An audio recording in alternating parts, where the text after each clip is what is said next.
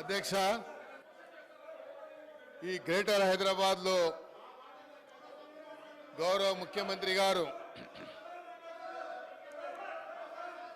ఈ మధ్య కాలంలో జరిగినటువంటి విపత్తులను దృష్టిలో ఉంచుకొని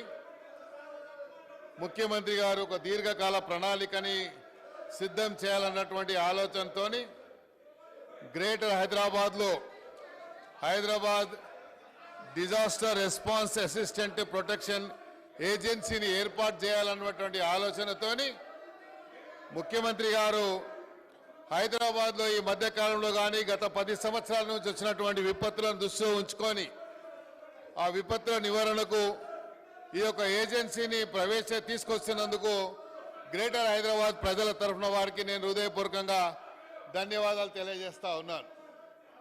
అదేవిధంగా అధ్యక్ష, మీరు చూసినట్టయితే ఈ విపత్తుల వల్ల గతంలో ప్రాణ నష్టం కానీ ఆస్తి నష్టం కానీ ప్రభుత్వాల ఆస్తులు కానీ లేకపోతే ప్రజల ఆస్తులు కానీ ప్రజల ప్రాణాలు పోయినటువంటి సందర్భాలు ఎన్నో ఉన్నాయి అధ్యక్ష. ఇవన్నీ దృష్టిలో ఉంచుకొని ముఖ్యమంత్రి గారు హైడ్రా అనేటువంటి ఒక సంస్థను తీసుకొచ్చి ఈ హైదరాబాద్ సిటీని అభివృద్ధి చేయాలి, హైదరాబాద్లో విపత్తులు వస్తే ఆ విపత్తులని సమగ్రంగా ఎదుర్కోవడానికి ఇలాంటి ఏజెన్సీని తీసుకొచ్చినందుకు ముఖ్యమంత్రి గారికి గ్రేటర్ హైదరాబాద్ ప్రజల తరఫున వారికి నేను ధన్యవాదాలు తెలియజేస్తా ఉన్నా అధ్యక్ష. అదేవిధంగా గ్రేటర్ హైదరాబాద్కు సంబంధించి హైదరాబాద్ సిటీని అభివృద్ధి చేయడానికి ముఖ్యమంత్రి గారు మొన్న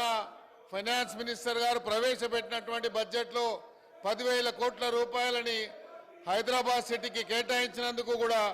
నేను గౌరవ ముఖ్యమంత్రి గారికి హృదయపూర్వకంగా ధన్యవాదాలు తెలియజేస్తా ఉన్నా అధ్యక్ష. ఈరోజు ఒకసారి మీరు చూసినట్టయితే అధ్యక్ష, హైదరాబాద్లో జరిగినటువంటి విపత్తులు కానీ ఇది హైదరాబాద్కు సంబంధించినటువంటి గతంలో కేటీఆర్ గారు ఎస్ఎన్డిపి ఊసుకోపోయి మా బయట కూడా తిరగని కొడుకా మేములని